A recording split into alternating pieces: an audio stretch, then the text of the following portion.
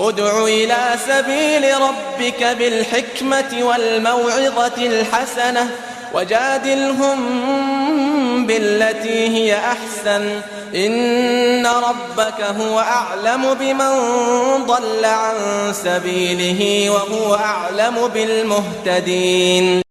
السلام عليكم ورحمة الله وبركاته.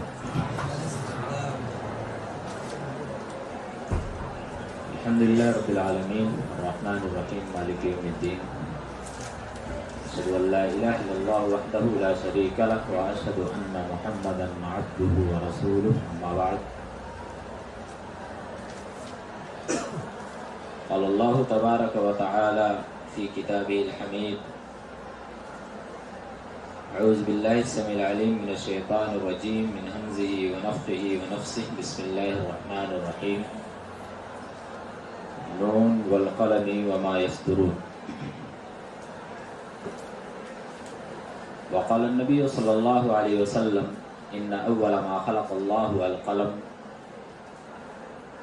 فقال له اكتب قال ما اكتب قال اكتب ما هو كائن إلى الأبد.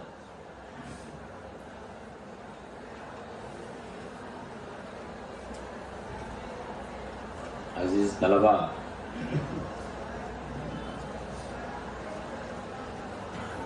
آپ لوگ یہاں پر اپنے بیٹھنے کا مقصد جانتے اور سمجھتے ہیں.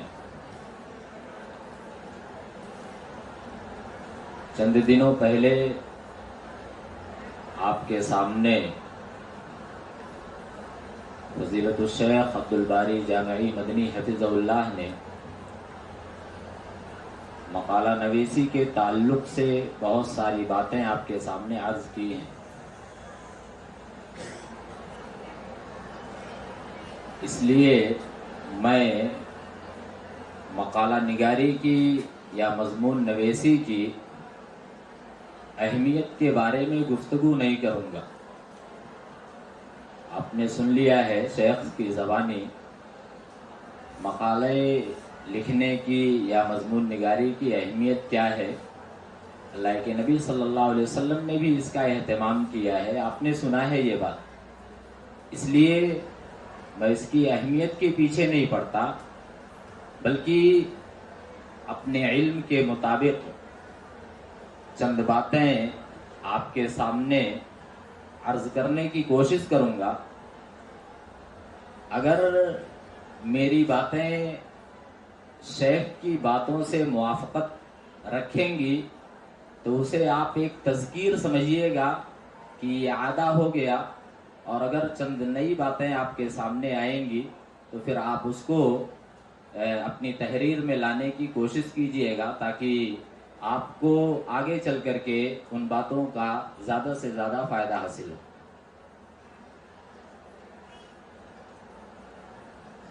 سب سے پہلی بات تو یہ ہے کہ مقالہ اور تحریر یہ دونوں عربی کے الفاظ ہیں لیکن اردو میں بھی مستعمل ہیں.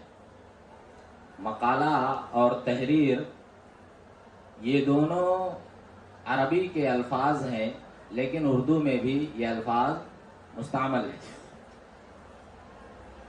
تحریر کہتے ہیں کسی چیز کو نوکے قلم پر لانے کو، لکھنے کو تحریر کہا جاتا ہے. اور مقالہ جو ہوتا ہے گفتگو اور بات کو مقالہ کہا جاتا ہے. گفتگو اور بات کو مقالہ کہا جاتا ہے.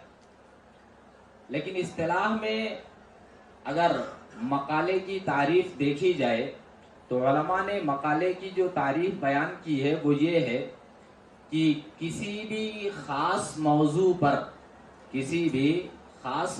پر علمی، تحقیقی، ادبی اور اخلاقی انداز میں حقائق کے ساتھ درست تحریری اظہار کو مقالہ کہا جاتا ہے.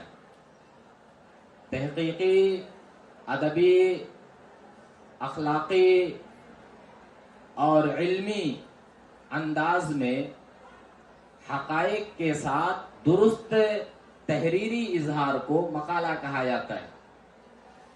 یہ مقالے کی تعریف ہے. یہ مقالہ جو لکھا جاتا ہے یہ تحقیقی بھی ہوتا ہے، تنقیدی بھی ہوتا ہے، ادبی بھی ہوتا ہے، اور اخلاقی زبان بھی اس کے لکھنے میں استعمال کی جاتی ہے۔ اخلاقی زبان استعمال، اگر تنقید بھی انسان لکھ رہا ہے تو اس میں بھی اخلاقی زبان ہو، تحقیق لکھ رہا ہے تو بھی اخلاقی زبان ہو، ادب کی زبان اس میں استعمال کی جاتی ہے۔ اور مقالے کے اندر جو بحث اور تحقیق پیش کی جاتی ہے اس کا انداز عالمانہ ہوتا ہے، اس کا انداز عالمانہ ہوتا ہے۔ ایسا نہ ہو کہ آپ ایسے الفاظ میں اپنا مقالہ لکھ کر کے پیش کر دیں کہ پتہ ہی نہ چلے کہ آپ پڑھے لکھے ہیں۔ عالمانہ انداز میں، وہ عام تحریر نہیں ہوتی۔ عام تحریر جو عام لوگوں کے لیے لکھی جاتی ہے اس کا انداز الگ ہوتا ہے، اور یہ مقالہ وغیرہ جو ہوتا ہے یہ خاص لوگوں کے لیے لکھی جاتی ہے، اور اس سے خاص ہی لوگ مستفید ہو سکتے ہیں، اس لیے اس کا خیال کرنا چاہیے۔ تحقیق جو ہوتی ہے، اگر کوئی شخص تحقیقی مقالہ لکھ رہا ہے، بہت سے بچوں کو لکھنا پڑتا ہے تحقیق کے تعلق سے، تو اگر تحقیقی مقالہ کوئی لکھ رہا ہے تو تحقیق کے بارے میں جاننا بھی ضروری ہے کہ آخر تحقیق کہتے کس کو ہے۔ تحقیق کہتے ہیں چھان بین کرنے کو، چھان بین کرنا، دریافت کرنا، جستجو کرنا، کھوج لگانا، ان ساری چیزوں کو تحقیق کہا جاتا ہے۔ کوئی چیز ڈھونڈ کر کے آپ لائے، جستجو کر کے لائے، دریافت کرے، چھان بین کے بعد آپ کو کوئی چیز ملی تو اسے تحقیق کہتے ہیں۔ لیکن اصطلاحی طور پر تحقیق کہتے ہیں کہ کسی بھی چیز کی حقیقت کو دلیل سے ثابت کرنے کا نام تحقیق ہے۔ کسی بھی چیز کی حقیقت کو دلیل سے ثابت کرنے کا نام تحقیق ہے۔ اگر آپ کتابوں کا مطالعہ کریں گے تو آپ کو یہ بات معلوم ہوگی کہ ہمارے اسلاف نے نبی کریم صلی اللہ علیہ وسلم کے اقوال، افعال اور احوال کی تحقیق اور تصدیق میں بڑی قربانیاں پیش کی ہیں۔ بڑی قربانیاں ہمارے اسلاف نے نبی صلی اللہ علیہ وسلم کے اقوال، افعال اور احوال کی تحقیق اور تصدیق میں بڑی قربانیاں ہمارے اسلاف میں پیش کی ہیں، اور یہ تاریخ کا ایک روشن باب ہے۔ تاریخ اسلام کا ایک روشن باب ہے۔ بہت سے حالات میں انسان تاریخ کے اس روشن باب کی طرف رجوع کرنے پہ مجبور بھی ہو جاتا ہے کہ بغیر اس کو پڑھے جان ہی نہیں سکتا کہ ہم کو کوئی چیز کیسے لکھنی چاہیے، کیسے تحقیق کرنی چاہیے۔ اس لیے اسلاف نے جو کارہائے نمایاں انجام دیے ہیں اس کو بھی اپنے سامنے رکھنا چاہیے کہ ہمارے اسلاف کی محنتیں کیسی تھیں، تاکہ اس سے بھی ہم کو کچھ رہنمائی مل سکے۔ ایک چیز ہے، مقالہ اور مضمون نگاری میں کیا کوئی فرق ہوتا ہے یا دونوں ایک جیسی چیزیں؟ تو یہ بات آپ یاد رکھیں کہ مقالہ اور مضمون نگاری میں کوئی فرق نہیں، تھوڑا سا ہے بس، کوئی بہت فرق نہیں ہے۔ مقالے کا اور مضمون نگاری کا اسلوب اور انداز تحریر ایک ہی ہوتا ہے۔ جس طریقے سے مضمون نگاری کا اسلوب اور انداز ہے، ایسے ہی مقالہ نویسی کا بھی اسلوب اور انداز ہوتا ہے۔ فرق صرف حجم کا ہوتا ہے، فرق صرف حجم کا ہوتا ہے۔ حجم کا مطلب یہ ہے کہ مضمون نگاری جو ہوتی ہے وہ کم صفحات پر مشتمل ہوتی ہے، اور مقالہ نویسی جو ہوتی ہے وہ سیر حاصل بحث پر ہوتی ہے۔ اس میں مکمل طور پر کسی چیز کا جائزہ پیش کیا جاتا ہے۔ تو مقالہ کا حجم بڑا ہوتا ہے اور مضمون نگاری کا حجم چھوٹا ہوتا ہے۔ مضمون نگاری 1 صفحہ، 2 صفحہ، 4 صفحہ، 10 صفحہ اتنے میں ہو جاتا ہے، لیکن مقالہ جو ہوتا ہے اس کے لیے جامعات کے اندر طے کیے جاتے ہیں کہ کتنی صفحے کا مقالہ لکھنا ہے۔ جیسے آپ کو لکھنا ہو تو آپ کو بھی مکلف بنایا ہوگا لوگوں نے کہ 20 صفحہ لکھیے، 25 صفحہ لکھیے، 30 صفحہ لکھیے۔ اس طریقے سے کوئی 50 صفحے لکھواتا ہے، کوئی 100 صفحے، کوئی 200 صفحے۔ اور دوسرے جامعات میں بڑی بڑی ڈگریاں حاصل کرنے کے لیے لوگ 300، 400، 500 صفحات تک کا مقالہ لکھ کر کے اس کے بعد ڈگری حاصل کرتے ہیں۔ تو یہ جامعہ کی طرف سے جو ذمہ داری دی جاتی ہے اس ذمہ داری کو سامنے رکھ کر کے طالب علم اپنے مقالے کو لکھتا ہے. تو مقالہ اور مضمون نگاری میں کوئی بہت بڑا فرق نہیں ہے، صرف حجم کا فرق ہوتا ہے. مضمون چھوٹا ہوتا ہے اور مقالہ بڑا ہوتا ہے. مقالہ کئی صفحات پر مشتمل ہوتا ہے. ایک اور بات، کامیاب مقالہ نگاری کے عوامل کیا ہوتے ہیں؟ شیخ نے بھی ہو سکتا ہے بتایا ہو کہ ایک کامیاب مقالہ نگاری کے اسباب کیا ہے، عوامل کیا ہیں. ہو سکتا ہے شیخ نے بتایا ہو، میں بھی بولتا ہوں، تذکیر ہو جائے گی، یاد دہانی ہو جائے گی، پھر سے آپ کے ذہن میں وہ چیز راسخ ہو جائے گی. لیکن کامیاب تحقیق کے عوامل یا کامیاب مقالہ نگاری کے اسباب اور عوامل کیا ہو سکتے ہیں؟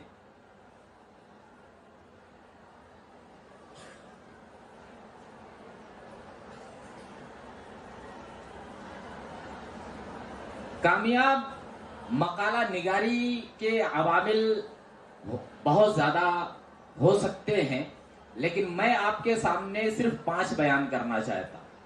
کامیاب مقالہ نگاری کے جو عوامل ہوتے ہیں وہ اہم 5 ہی ہیں، اس لیے میں 5 کا تذکرہ کرتا ہوں. ہو سکتا ہے کتابوں میں اور بھی مل جائے. پہلی چیز کیا ہے؟ وسعت مطالعہ.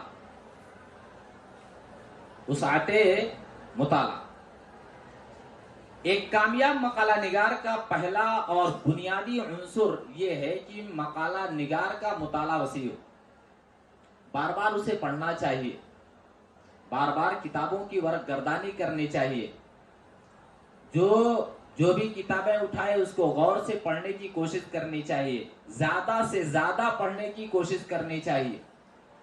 کیونکہ اگر مقالہ نگار کا مطالعہ قلیل اور کم ہے، اگر مقالہ نگار کا مطالعہ قلیل اور کم ہے تو پھر وہ اپنی کم علمی کی وجہ سے بہت سی ایسی چیزیں اپنے مقالے میں داخل کر دے گا جو مضحکہ خیز بن جائیں گی.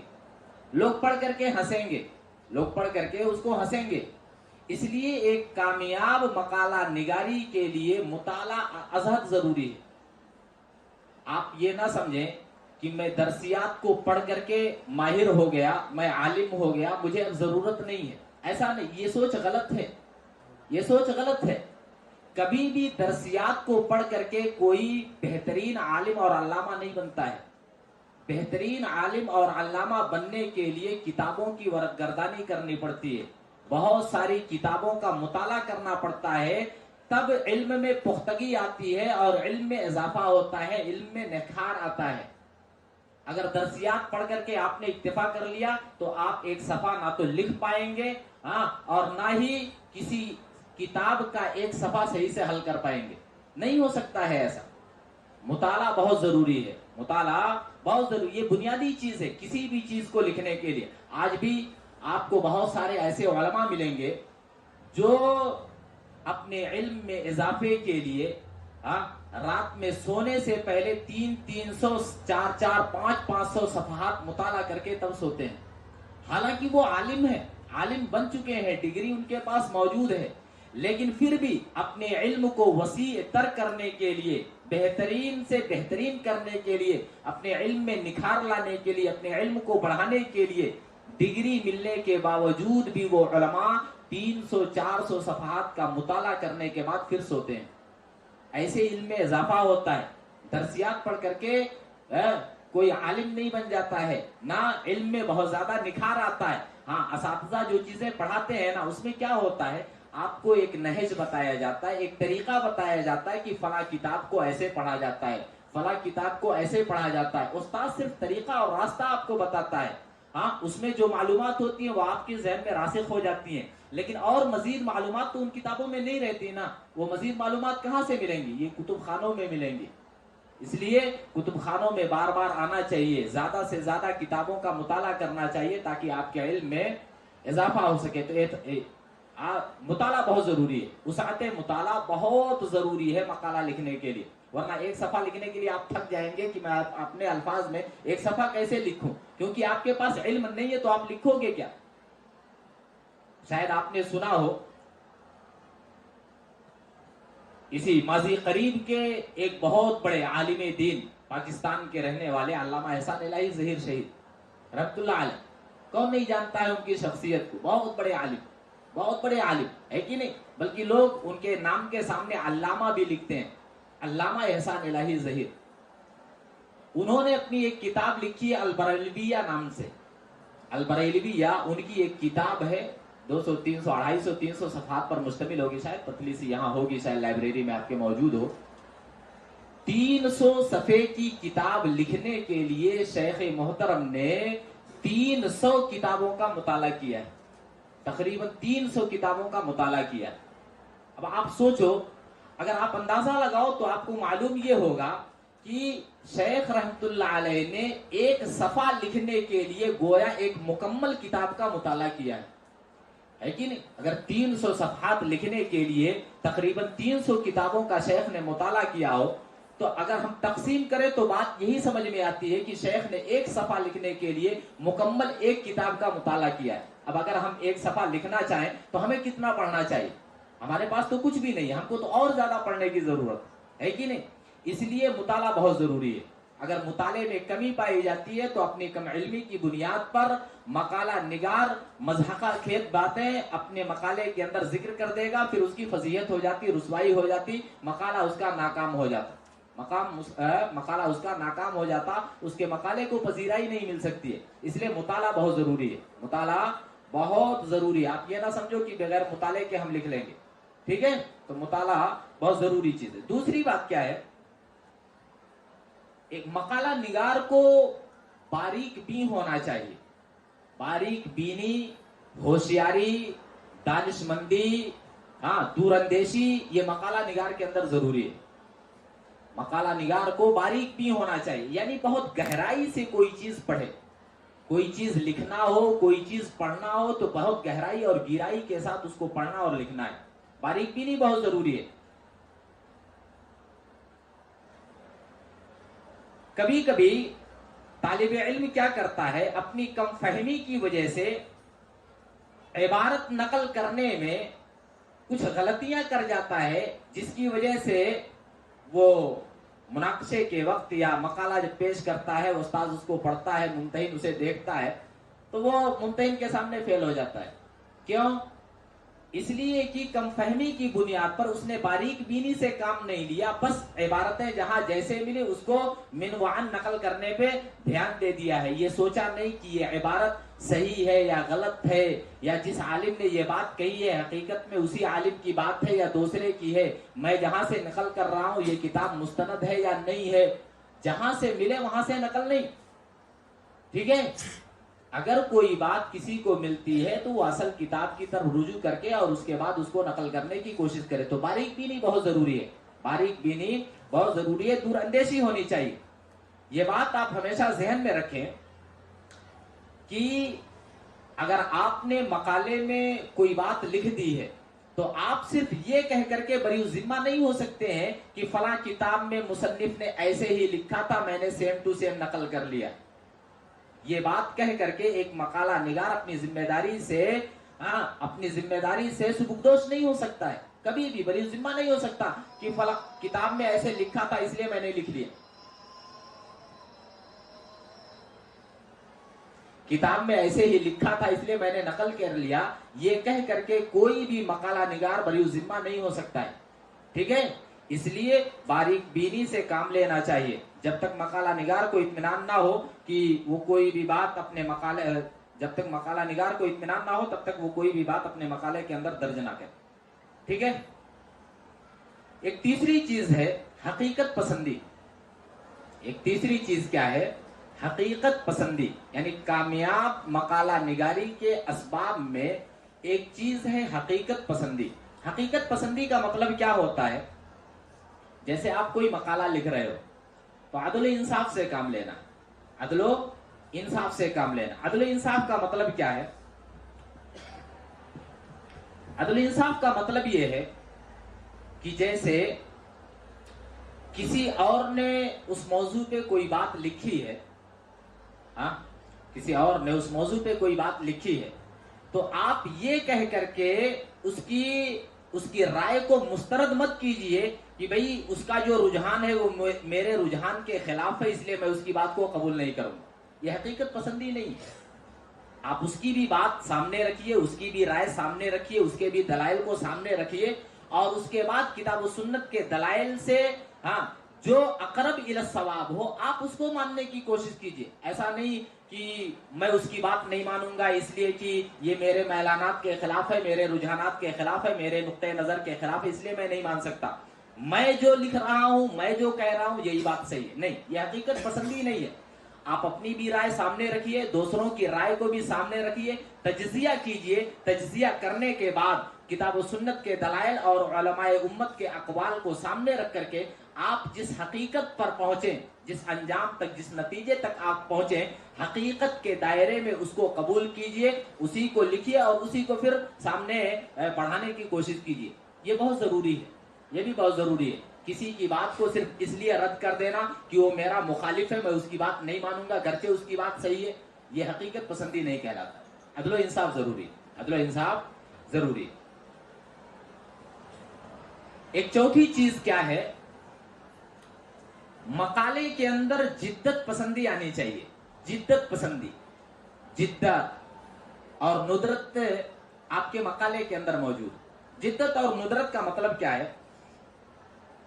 جدت اور ندرت کا مطلب یہ ہے کہ ہمارے پاس جو علمی اثاثہ موجود ہے نا، ہمارے پاس جو علمی اثاثہ موجود ہے، ہم اس میں کچھ اضافہ کرنے کی کوشش کریں.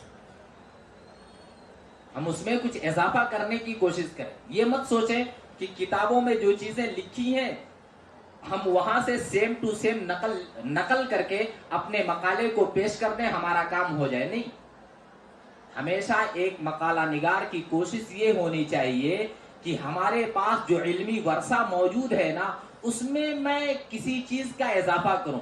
چاہے میں کوئی نئی تحقیق پیش کروں، کوئی نئی تحقیق پیش کروں، یا کسی کتاب پہ تعلیق چڑھاؤں، کسی کتاب پہ حاشیہ لکھوں، یا کچھ بھی کروں. جدت اور ندرت کوئی اضافی کام ہونا چاہیے. صرف کتابوں سے اپنی چیزوں کو نقل کر لینا، یہ مقالہ کی روح کے منافی چیز ہے. آپ اس لیے تھوڑی لکھ رہے ہو کہ کتابوں سے نقل کر کے آپ دے دو، سند لے لو، چلے جاؤ. نہیں، آپ نے علمی ورثے میں اضافہ کیا کیا لکھ کر کے؟ آپ کی اپنی محنت کیا ہے؟ آپ نے کون سی تحقیق پیش کی ہے؟ آپ کہاں تک پہنچے ہو؟ آپ کا علمی لیول کہاں تک ہے؟ یہ کہاں سے ظاہر ہوگا؟ جب آپ اپنے مقالے کے اندر ندرت لاؤ گے، جب آپ اپنے مقالے کے اندر جدت لے کر کے آؤ گے، ایک نئی چیز آپ پیش کرو گے، تو ظاہر سی بات ہے آپ کا مقالہ لوگوں کے درمیان مقبول ہوگا اور لوگ اس کو پڑھنے کی کوشش کریں گے، دیکھیں گے کہ آخر مقالہ نگار نے اس میں کیا چیزیں بیان کی ہیں، تو اس کو ایک نیا علم ملے گا، اس کو ایک نیا علم ملے گا. اس لیے جدت ضروری ہے، اس لیے جدت ضروری ہے. صرف دوسری کتابوں سے عبارتیں نقل کرنے پر اکتفا کرنا یہ مقالہ کی روح کے منافی ہے، یہ مقالہ کی روح کے منافی ہے. اس لیے ایسا کرنے سے پرہیز کرنا چاہیے. ایک پانچویں چیز کیا ہے؟ حسن ترتیب. کامیاب مقالہ نگاری کے اسباب میں ایک پانچواں عمل کیا ہے؟ حسن ترتیب. حسن ترتیب یہ طالب علم کی آخری ذمہ داری ہے. حسن ترتیب یہ طالب علم کی آخری ذمہ داری ہے کہ وہ اپنے مقالے کو اس انداز سے ترتیب دے کہ ممتحن بھی متاثر ہو جائے، ممتحن بھی متاثر ہو جائے، اور قاری کے لیے بھی وہ مقالہ جاذب قلب و نظر ہو. مقالہ قاری کے لیے بھی جاذب قلب و نظر ہونا چاہیے، ممتحن بھی متاثر ہو. یعنی حسن ترتیب دیکھ کر کے کہ ترتیب بہت اچھی ہے، بہت اچھے انداز سے اس کو مرتب کیا گیا ہے، یہ ساری چیزیں دیکھ کر کے ممتحن بھی خوش ہو جائے، اور جو مقالہ پڑھنے والا ہو اس کا بھی دل و دماغ اس کی طرف مائل ہو جائے. اس طریقے سے اپنے مقالے کو ترتیب دینا چاہیے. مقالے کی ترتیب میں ہمیشہ ایک طالب علم کے سامنے عسکری قائد کی مثال ہونی چاہیے. عسکری قائد کی مثال ہونی چاہیے. ایک کمانڈر ایک کمانڈر جب کہیں جنگ لڑنے کے لیے جاتا ہے تو کیا کرتا ہے؟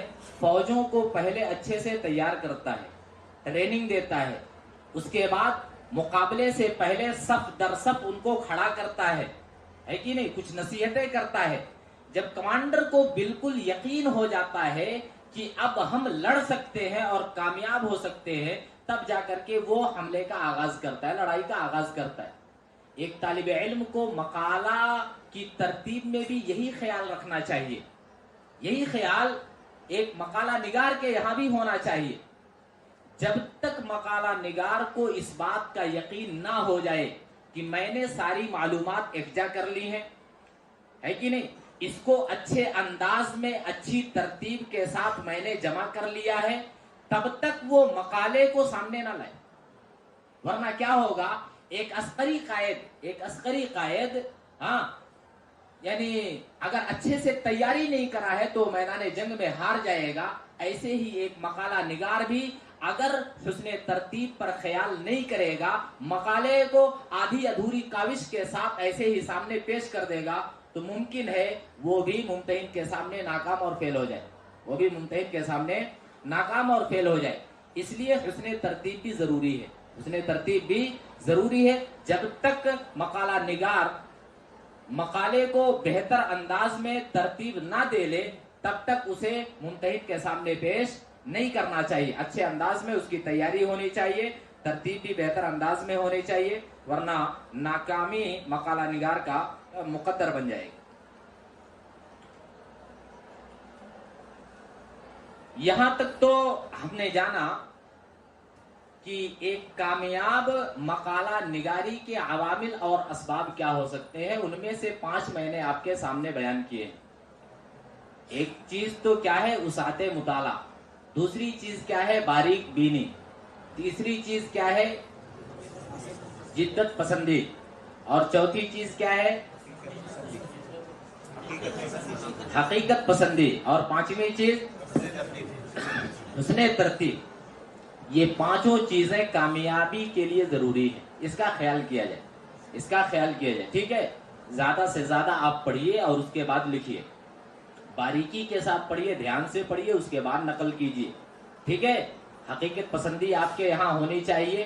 ہاں، کسی غیر کی بات کو آپ یہ کہہ کر کے مسترد مت کیجیے کہ ہماری جماعت کا نہیں ہے، ہاں یہ فلاں ہے، یہ فلاں ہے، ہم اس کی بات کو نقل نہیں کر سکتے. نہیں، اگر اس کی بات حقیقت کے آئینے میں درست ہے تو پھر اس سے استفادہ کرنے میں کیا پریشانی ہے. اگر اپنے علماء کے یہاں وہ چیز نہیں ملی ہے، غیروں کے یہاں وہ چیز ملتی ہے، تو کتاب و سنت کے دائرے میں رہ کر کے ان کی تحریریں پڑھنے میں کوئی مشکل چیز نہیں ہے. بہرحال اگر اپنے اسلاف کی موجود ہے تو انہی کو ہمیں ترجیح دینا چاہیے. لیکن اگر نہیں مل رہی ہیں تو کیا کریں گے؟ ہمارے پاس وہ مواد دستیاب نہیں ہے اور انہی کا مل رہا ہے تو کیا کریں گے آپ؟ ہاں بہرحال ٹھیک ہے. اور حسن ترتیب آپ کے یہاں ہونی چاہیے، حسن ترتیب آپ کے یہاں ہونی چاہیے، جدت پسندی آپ کے یہاں ہونی چاہیے. اب آپ کے سامنے میں چند باتیں ذکر کرتا ہوں. مقالہ نگاری کے مراحل کیا کیا ہیں؟ مقالہ کتنے مرحلوں سے گزر کر کے مقالہ بنتا ہے؟ کتنے مراحل سے گزر کر کے مقالہ، ایک بہترین مقالہ بنتا ہے، اس کے کتنے مراحل ہو سکتے ہیں؟ ٹھیک ہے. تو شارٹ کٹ میں یہ جانیے کہ مقالہ نگاری کے 4 مراحل، 4 مراحل ہیں. ٹھیک ہے، 4 اہم مراحل. اب بیچ بیچ میں ذیلی عنوانات ہو سکتا ہے آتے ہوں، لیکن 4 اہم چیزیں، 4 مراحل ہیں اس کے، جو میں آپ کے سامنے ذکر کر رہا ہوں. پہلی چیز کیا ہے؟ پہلی چیز ہے موضوع کا انتخاب، موضوع کا انتخاب. دوسری چیز ہے خاکہ سازی، خاکہ سازی جس کو آپ دوسری زبان میں خطۃ البحث کہتے ہو، خاکہ سازی، خطۃ البحث دوسری چیز. تیسری چیز کیا ہے؟ معلومات یکجا کرنا، معلومات یکجا کرنا. اور چوتھی چیز ہے مسودہ تحریر کرنا، مسودہ لکھنا، مسودہ لکھنا.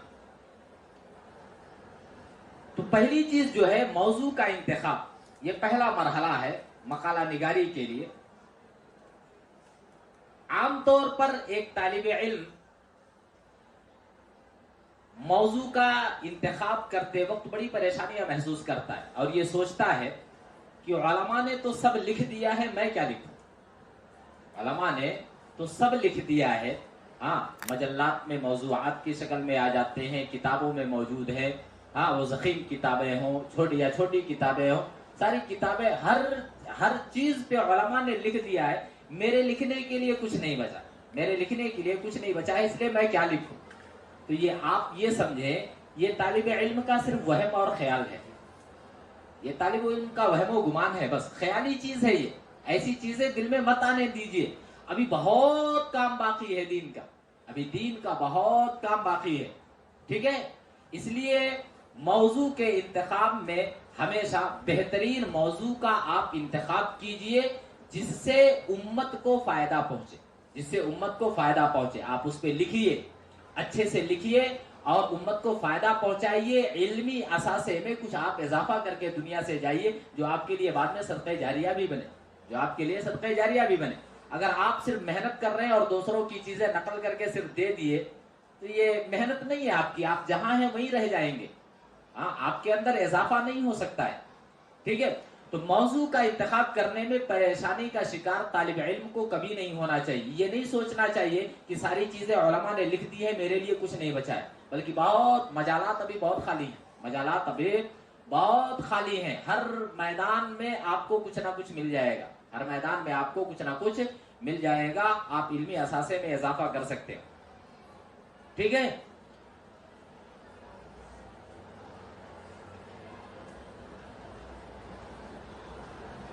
انتخابی موضوع سے پہلے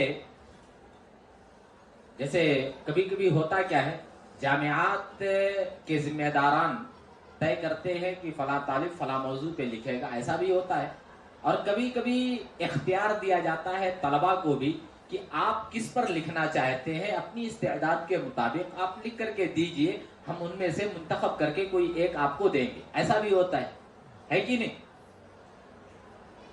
تو اگر طالب کو اختیار ملا ہے، اگر جامعہ نے مکلف کر دیا ہے تب تو آپ کے لیے کرنا ضروری ہے، واجب ہے کہ نہیں؟ لیکن اگر آپ کے پاس اختیار موجود ہے اور آپ کسی چیز پہ مقالہ لکھنا چاہتے ہیں تو سب سے پہلے آپ اپنے آپ سے 4 سوالات کیجیے، 4 سوالات کیجیے۔ کیا کیا؟ پہلی بات تو یہ ہے، پہلا سوال یہ ہے کہ طالب علم اپنے آپ سے پوچھے کہ میں جس موضوع پر مقالہ لکھنا چاہتا ہوں کیا یہ موضوع اس حیثیت کا ہے کہ اس پہ اتنی زیادہ محنت کی جائے، یعنی جس موضوع پہ میں لکھنا چاہتا ہوں کیا اس موضوع پر اتنی زیادہ محنت کی جا سکتی ہے یا اتنی محنت میرے لیے کارآمد ہو سکتی ہے، ٹھیک ہے؟ پہلا سوال۔ دوسرا سوال یہ ہے، کیا اس موضوع پر، کیا اس مقالے پر مکمل تحقیقی مقالہ لکھنا ممکن ہے؟ کیا اس موضوع پر مکمل تحقیقی مقالہ لکھنا ممکن ہے؟ ایسا ہو سکتا ہے کہ تحقیقی مقالہ فلاں موضوع پر لکھا جا سکے؟ اور ایک تیسرا سوال یہ ہے کہ جامعات کی طرف سے جو صفحات یا جو لائنیں متعین کی جاتی ہیں کہ اتنے صفحہ لکھنا ہے، اتنے پیج لکھنا ہے، ہاں اتنی لائنیں لکھنا ہے، تو جس موضوع کا میں انتخاب کر رہا ہوں کیا اس موضوع کے متعلق مواد کی فراہمی بھی ہے کہ نہیں ہے؟ مواد مل سکتا ہے یا نہیں مل سکتا ہے؟ ہو سکتا ہے آپ جس موضوع کا انتخاب کرو آپ کے کتب خانے میں وہ مواد موجود ہی نہ ہو، پھر آپ پریشان ہو جاؤ گے، پھر آپ پریشان ہو جاؤ گے۔ اس لیے یہ تیسرا سوال بھی اپنے آپ سے کرنا، جو موضوع میں منتخب کر رہا ہوں کیا اس کا مواد بھی مل سکتا ہے یا نہیں مل سکتا ہے، ٹھیک ہے؟ اور ایک چوتھا سوال، یہ تو انتہائی اہم سوال ہے، وہ سوال کیا ہے، کسی بھی موضوع پر قلم چلانے سے پہلے سوچنا چاہیے کیا مجھ کو اس موضوع سے دلچسپی ہے کہ نہیں ہے، یا بس ایسے ہی ٹمپریری میں نے لکھ کر کے دے دیا، مل گیا تو ٹھیک ہے، نہیں ملا تو بھی واہ واہ، نہیں، دلچسپی آپ کی ہے کہ نہیں ہے؟ آپ کو کس چیز سے دلچسپی ہے؟ آپ فقہ سے دلچسپی رکھتے ہیں، اصول فقہ سے دلچسپی ہے آپ کو، اصول حدیث سے آپ کی دلچسپی ہے، حدیث سے آپ کی دلچسپی ہے، تاریخ سے آپ کی دلچسپی، کس چیز سے دلچسپی ہے؟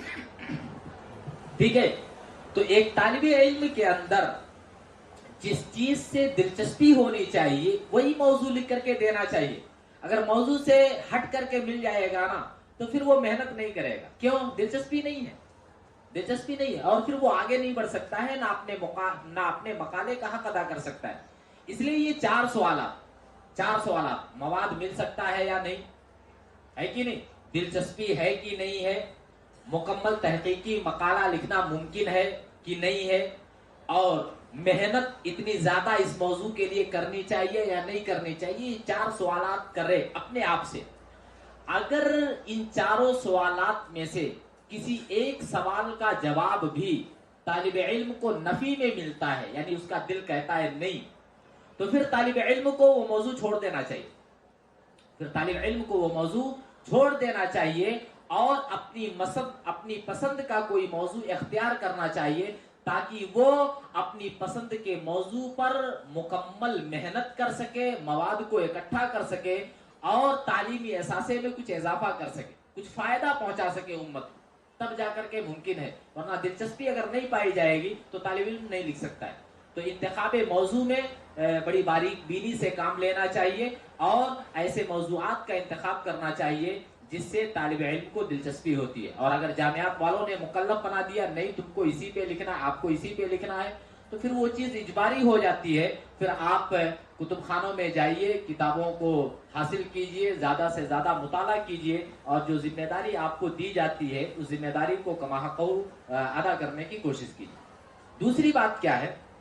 موضوع کا انتخاب کرنے کے بعد پھر مسئلہ آتا ہے خطۃ البحث کا. خطۃ البحث کا مسئلہ آتا ہے کہ میں اپنے مقالے کی فہرست کیسے بناؤں، خطۃ البحث کیسے بناؤں، خاکہ سازی کیسے کروں، خاکہ سازی کیسے کروں، کیسے مجھے اپنے مقالے کو لکھنا. جس طریقے سے ایک بلڈنگ کو بنانے سے پہلے بلڈنگ کا نقشہ تیار کیا جاتا ہے تاکہ کہیں بھی کمی نہ پائی جائے، تب جا کر کے بلڈنگ بنائی جاتی ہے، ایسے ہی مقالہ لکھنے میں خاکہ سازی کا یہی مقام، خاکہ سازی کا یہی مقام. جب تک آپ خاکہ سازی نہیں کر لیں گے، نقشہ نہیں بنا لیں گے کہ اس ترتیب سے مجھ کو آگے بڑھنا ہے، تب تک آپ مقالہ نہیں لکھ سکتے. آپ اس میدان میں الجھن کا شکار ہو جاؤ گے کہ کیا لکھنا، کیا چھوڑنا، کیسے شروع کرنا، کہاں سے شروع کرنا، کیا لکھنا ہے، کہاں اختتام کرنا ہے، کہاں میری بحث جا کر کے ختم ہو جائے گی. یہ ساری چیزیں سوچ کر کے انسان پریشان ہو جائے گا. اس لیے کیا کرنا ہے؟ خاکہ سازی میں بھی، خاکہ بنانے میں بھی، خطۃ البحث بنانے میں بھی انتہائی زیادہ احتیاط کے ساتھ طالب علم کو خاکہ سازی کرنی چاہیے، خاکہ سازی کرنی چاہیے.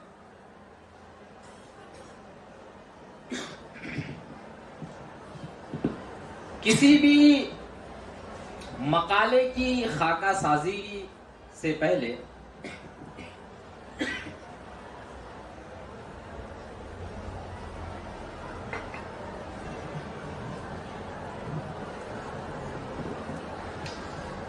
کسی بھی مقالے کی خاکہ سازی سے پہلے مقالہ نگار اپنے سامنے تین چیزیں متعین کرے، تین چیزیں اپنے سامنے متعین کرے.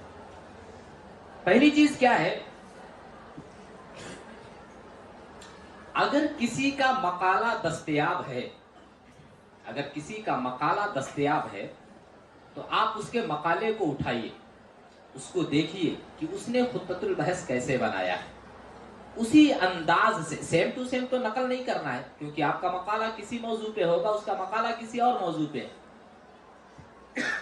آپ اس کو دیکھ کر کے اس سے صرف مدد لے سکتے ہیں، اس سے صرف مدد لے سکتے ہیں کہ خطۃ البحث کیسے بنایا جاتا ہے، خطۃ البحث کیسے بنایا جاتا ہے. ٹھیک ہے، جو بنیادی خط و خال ہوتے ہیں وہ آپ اس کو دیکھ کر کے متعین کر سکتے ہیں. مثال کے طور پر کسی فقہی موضوع پر آپ کو مقالہ لکھنا ہے تو جو فقہی مقالات لکھے گئے ہیں نا، آپ ان کتابوں کو اٹھائیے اور وہاں سے اپنا خطۃ البحث بنانے کی کوشش کیجیے، اس سے مدد حاصل کیجیے۔ آپ کو تاریخ کے اوپر لکھنا ہے تو تاریخ کے اوپر جو مقالے لکھے گئے ہیں، جو کتابیں لکھی گئی ہیں، ان کے خطۃ البحث سے آپ مدد لیجیے، ہے کہ نہیں؟ ہاں، اس طریقے سے آپ مدد لے سکتے ہیں، اس طریقے سے آپ مدد لے سکتے ہیں۔ تو پہلی چیز کیا ہے، کسی کا مقالہ لے کر کے اس کے خطۃ البحث پہ ایک نگاہ ڈالیے، تاکہ آپ کو پتا چلے کہ مقالے کا خطۃ البحث کیسے بنایا جاتا ہے، خاکہ سازی کیسے کی جاتی ہے، فصل در فصل، باب در باب، پھر ذیلی عناوین، اس طریقے سے کیسے ترتیب دیا جاتا ہے۔ انشاءاللہ آپ کو اس سے ضرور مدد مل جائے گی۔ دوسری بات کیا ہے، سیم ٹو سیم کبھی نقل نہیں کرنا، سیم ٹو سیم کبھی نقل کرنے کی کوشش نہیں کرنا، ہاں، بلکہ صرف مدد لینا۔ دوسری بات کیا ہے، بنیادی جو مآخذ ہیں ان کو دیکھنا ہے۔ بنیادی مآخذ کا مطلب کیا ہے کہ آپ کے موضوع سے متعلق جو بنیادی کتابیں ہیں نا، ان کتابوں کو دیکھیے اور ان سے آپ مدد حاصل کیجئے کہ آپ اپنے خطۃ البحث کو کیسے تیار کر سکتے ہیں۔ بنیادی کتابیں، بنیادی کتابوں کو لے کر کے اس سے مدد حاصل کیجئے اور دیکھیے کہ اس کتاب کو لکھنے میں جو خطہ بنایا گیا ہے کیسے بنایا گیا ہے، اب میرا موضوع کیا ہے، میں خطہ کیسے تیار کروں، اس سے مدد آپ لے سکتے ہیں۔ ایک تیسری بات یہ ہے کہ ابتدائی کتابوں سے واقفیت کیسے ہوگی، ہم کیسے جانیں گے کہ یہ اس مقالے سے متعلق ابتدائی کتاب ہے۔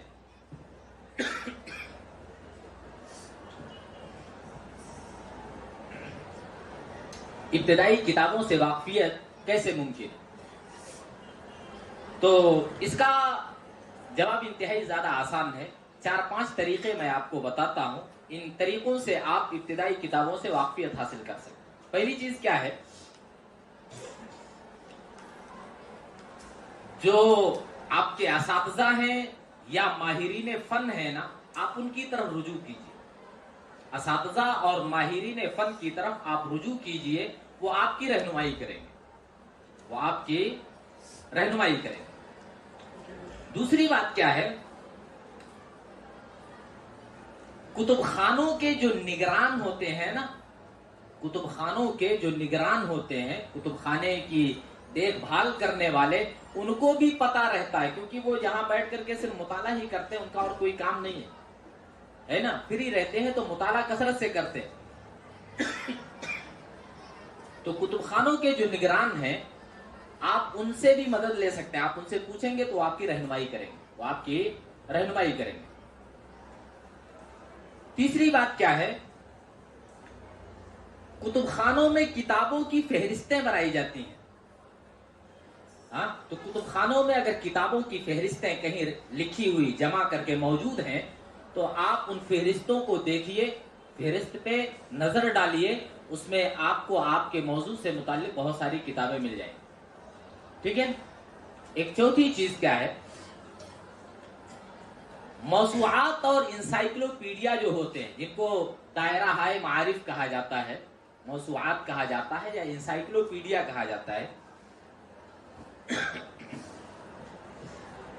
ان موضوعات میں یا انسائکلوپیڈیاز میں مختلف موضوعات پر مختلف ماہرین فن سے جو مقالات لکھوائے جاتے ہیں نا، وہ لوگ اس کے آخر میں، ان مقالات کے آخر میں مآخذ کو بھی درج کرتے ہیں کہ ہم نے کس کس کتاب سے مدد لے کر کے اپنے اس مقالے کو لکھا ہے۔ تو موضوعات کے آخر میں ہاں وہ کتابیں بھی درج کی جاتی ہیں، وہ مآخذ بھی درج کیے جاتے ہیں، آپ وہاں سے بھی مدد حاصل کر سکتے ہیں، آپ وہاں سے بھی مدد حاصل کر سکتے ہیں۔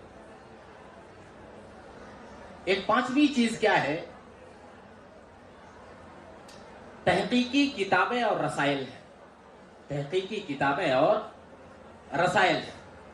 تحقیقی کتابوں میں اور رسائل کے اندر بھی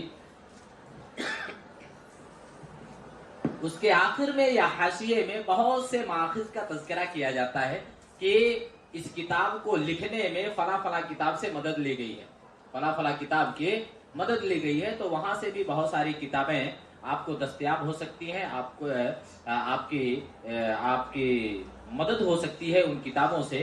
اس لیے ان 5 طریقوں کے ذریعہ آپ خاکہ سازی کیجئے، اپنا خطۃ البحث تیار کیجئے۔ پہلی چیز کیا ہے؟ اساتذہ سے ملیے جو ماہرین فن ہے، اس موضوع میں مہارت رکھتے ہیں، آپ ان سے پوچھئے، وہ آپ کو بتائیں گے۔ دوسری بات، کتب خانوں کے جو نگران ہیں آپ ان سے مدد حاصل کیجئے۔ تیسری چیز، کتب خانوں میں جو فہرستیں لگائی جاتی ہیں کتابوں کی، آپ ان فہارس کو دیکھیے، ہو سکتا ہے اس میں آپ کے کام کی کتاب کہیں مل جائے، اور اس کے بعد آپ نگران مکتبہ سے وہ کتاب حاصل کر سکتے ہیں اور اپنا مقالہ لکھ سکتے ہیں۔ تیسری چیز کیا ہے؟ موسوعات اور انسائکلوپیڈیاز وغیرہ جو لکھے جاتے ہیں، ان کے آخر میں مقالہ لکھنے والے مآخذ کا تذکرہ کرتے ہیں، وہاں سے بھی آپ کو مدد مل سکتی ہے۔ اور ایک 5ویں چیز کیا ہے؟ جو تحقیقی کتابیں لکھی جاتی ہیں یا رسائل لکھے جاتے ہیں، ان تحقیقی کتابوں کے حواشی میں یا آخر میں، رسائل میں حواشی میں یا آخر میں مآخذ کا تذکرہ کیا جاتا ہے کہ اس کی تحقیق میں ہم نے کن کن کتابوں سے استفادہ کیا ہے، تو وہاں سے بھی بہت ساری کتابیں آپ کو دستیاب ہو سکتی ہیں اور آپ ان کے ذریعہ اپنے مقالہ لکھنے میں مدد لے سکتے ہیں۔ ایک تیسری چیز، 2 باتیں تو ہو گئی، مقالہ نگاری کے جو مراحل تھے ان میں سے 2 باتیں ہو گئی، ایک تیسری چیز، تیسرا مرحلہ،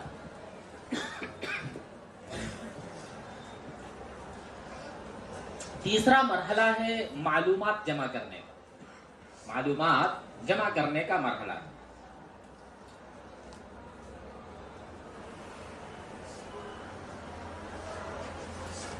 معلومات جمع کرنے کا جو طریقہ ہے نا، یہ مقالات کی نوعیت پر منحصر ہوتا ہے۔ ہم کس نوعیت کا مقالہ لکھ رہے ہیں، تو اس کے تعلق سے معلومات کیسے اکٹھا کی جائیں گی، وہ مقالے کی نوعیت پر منحصر ہوتا ہے۔ لیکن ایک چیز ہمیشہ یاد رہے کہ معلومات ہمیشہ کتب خانوں سے جمع کرنی چاہیے۔ ایسا نہیں کہ ہم کو کوئی رسالہ مل گیا، کوئی مجلہ مل گیا، بیٹھے بیٹھے ہم نے وہاں سے نقل کیا اور ہم نے کتب خانے تک آنے کی زحمت گوارا نہیں کی۔ نہیں، کتب خانوں سے آپ معلومات کو جمع کریں گے، کتب خانوں سے آپ معلومات کو جمع کریں گے۔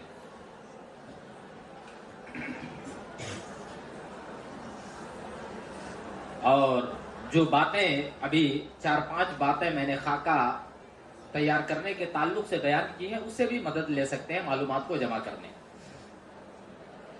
لیکن معلومات جمع کرنے کے چند اصول ہیں، معلومات جمع کرنے کے چند اصول ہیں، ٹھیک ہے؟ ان اصول کا خیال کرنا چاہیے۔ بہت سارے لوگوں نے کتابوں میں بہت سارے اصول بیان کیے ہیں، بہت سارے، مختصر وقت میں بہت ساری باتیں تو نہیں ہو سکتی ہیں، لیکن چند باتیں جو میں بہتر سمجھتا تھا میں وہ آپ کے سامنے ذکر کرتا ہوں۔ پہلی بات کیا ہے؟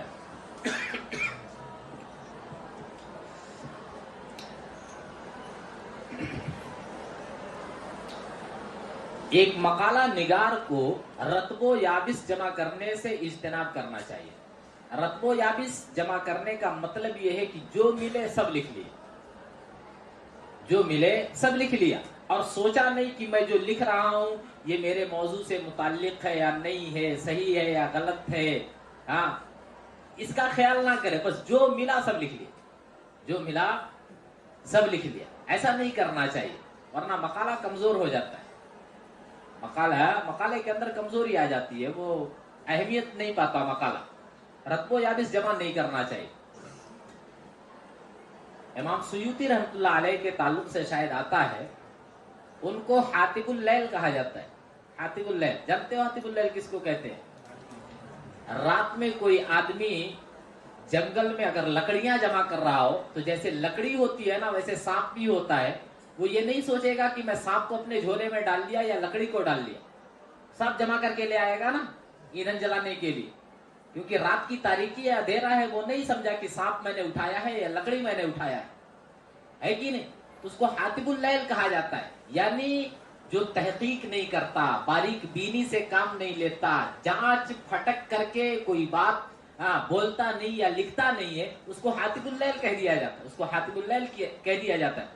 تو ایسے ہی جو مقالہ نگار رتب و یابس کا خیال نہ کرے، جو بھی مل جائے سب کو اپنے مقالے میں صرف اس لیے شامل کرنے کی کوشش کر لے کہ اس سے میرے صفحات زیادہ ہو جائیں گے، میرا مقالہ طویل ہو جائے گا، ہاں میرا مقالہ با مقصد ہوگا یا نہیں، اس کو اپنے مد نظر نہ رکھے، بس صرف جمع کرنے کا اہتمام کرے. سمجھے؟ تو اس طریقے سے مقالہ اچھا نہیں ہوتا ہے، کیونکہ ایک ممتحن جب اس کو پڑھے گا تو کہے گا یہ تو بیکار کی چیز لکھ دیا، بیکار کی بحثیں یہاں آ گئی ہیں، ہے کہ نہیں؟ تو مقالہ بہتر نہیں مانا جائے. اس لیے معلومات جمع کرنے میں رتب و یابس جمع کرنے سے اجتناب کرنا چاہیے. یعنی جو بھی ملے سب جمع کر لو، چاہے وہ موضوع سے متعلق ہو یا نہ ہو، اس سے پرہیز کرنا چاہیے. ٹھیک ہے؟ بہت سارے طلبہ ایسے ہی کرتے ہیں کہ چلو وقت بہت کم بچا ہے، مجھے فلاں تاریخ میں فلاں ڈیٹ میں مقالہ لکھ کر کے جمع کرنا ہے، چلو خانہ پوری کرتا ہوں، صفحات مکمل کر دیتا ہوں، استاد صفحہ دیکھے گا کہے گا مکمل ہے، جمع کر لے گا. حالانکہ یہ نہیں جانتا کہ ممتحن بعد میں اٹھا کر کے ہر ایک ورق کو پڑھتا ہے، ایک الفاظ کو پڑھتا ہے، اس کے بعد جا کر کے نمبر دیے جاتے ہیں. یہ بھی سوچنا چاہیے. تو آپ کا مقالہ بیکار ہو گیا نا، آپ تو کامیاب نہیں ہوئے، آپ کامیاب نہیں. اس لیے آپ کے موضوع سے متعلق جو چیزیں ہیں، جو ابحاث ہیں، جو نکات ہیں، صرف انہی کو جمع کرنے کی کوشش کیجئے. سب جمع کرنے کا کوئی فائدہ نہیں. دوسری بات کیا ہے؟ معلومات جمع کرنے کا آغاز بنیادی مآخذ سے کرنا چاہیے. بنیادی مآخذ سے معلومات جمع کرنے کا آغاز کرنا چاہیے. ایسا نہیں ہے کہ چلو جو بھی کتاب ملی ہے وہاں سے لکھ لیا، یا کوئی عظیم اور ضخیم کتاب ملی وہاں سے لکھ لیا. نہیں، بنیادی مآخذ کیا ہے؟ ٹھیک ہے، وہاں سے آپ معلومات کو اکجا کریں گے.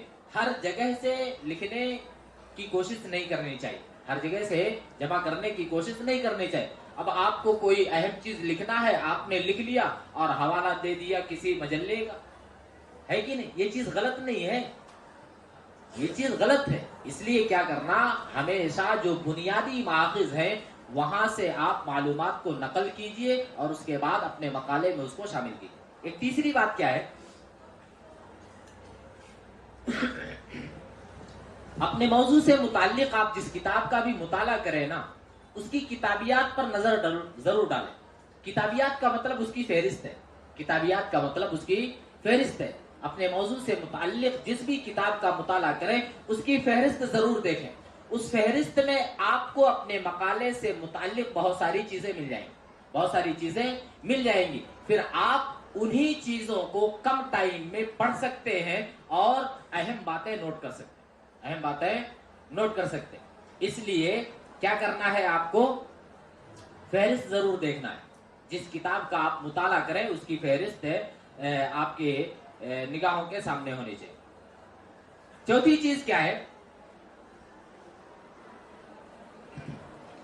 اب اوپر تو بیان کر دیا ہوں، اسی سے شاید تعلق ہو اس کا، کہ مقالہ نگار کے لیے بیدار مغزی اور دقیق النظری بہت ضروری ہے. بیدار مغزی اور دقیق النظری بہت ضروری ہے مقالہ نگار کے لیے. غیر متعلقہ جو اجزاء ہیں نا، وہ کبھی بھی مقالے میں شامل نہیں کرنا چاہیے. اس سے پہلے میں نے بتا دیا کہ رتب و یابس ہر چیز اکٹھا کرنے سے پرہیز کرنا چاہیے. یہی چیز یہاں بھی میں بتا رہا ہوں نمبر 4 میں، کہ غیر متعلقہ اجزاء سے صرف نظر کرنا چاہیے. ورنہ کیا ہوگا، وقت آپ کا ضائع ہو جائے گا. جب آپ غیر اہم چیزوں کی طرف دھیان نہیں دیں گے، بلکہ جو چیزیں آپ کے مقالے ہی سے صرف مناسبت رکھتی ہیں آپ انہی چیزوں کو پڑھیں گے، تو آپ کا ٹائم بچے گا اور بہت ساری معلومات آپ اکٹھا کر سکتے ہیں. ایک 5ویں چیز کیا ہے، مقالہ نگاری میں صبر و تحمل اور برداشت چاہیے. کچھ لوگ عاجز آ جاتے ہیں، سوچتے ہیں اتنے دنوں سے لکھ رہا ہوں، کیا کرنا ہے کہ نہیں، پریشان ہو جاتے ہیں. اتنے دنوں سے لکھا اب تک نہیں ہوا، نہیں لکھوں گا، چل جو ہوا ہے یہی دے دیتا ہوں. ایسے ہے کہ نہیں، اس میں کچھ حذف و اضافہ کر کے، ایسے نہیں. صبر اور تحمل بہت ضروری ہے. جس کے یہاں قوت برداشت نہیں ہے نا، وہ کسی بھی میدان میں کامیاب نہیں ہو سکتا. یہ جان لو، جس کے یہاں صبر نہیں ہے، برداشت نہیں ہے، تحمل نہیں ہے، وہ کسی بھی میدان میں کامیاب نہیں ہو سکتا. ہے کہ نہیں؟ ہاں، کسی بھی میدان کو آپ دیکھ لو، کسی بھی میدان کو آپ دیکھ لو، ہر میدان میں بہت ساری مصیبتیں آتی ہیں، پریشانی آتی ہے، مار لگتی ہے، زیادہ ٹائم لگتا ہے، لیکن اس میدان کا کھلاڑی اپنے میدان کا کما حقہ حق ادا کرتا ہے، تب جا کر کے وہ کامیاب ہوتا ہے۔ کسی بھی میدان میں آپ دیکھ، کسی بھی میدان میں آپ دیکھ لیجئے۔ اس لیے مقالہ نگاری میں صبر و تحمل اور برداشت بہت ضروری ہے۔ جلد بازی سے ہمیشہ پرہیز کرنا چاہیے، کیونکہ جلد بازی میں کبھی کبھی کیا ہوتا ہے، بہت سی غلط چیزیں مقالے کے اندر شامل کر دی جاتی ہے۔ کیوں؟ میرا ہو نہیں رہا ہے، چل جو ملتا ہے وہ کر دیتا ہوں، ہو گیا۔ بچنے کے لیے تو تحمل اور برداشت بہت ضروری ہے۔ تو یہ تین چیزیں ہوئی، ٹھیک ہے؟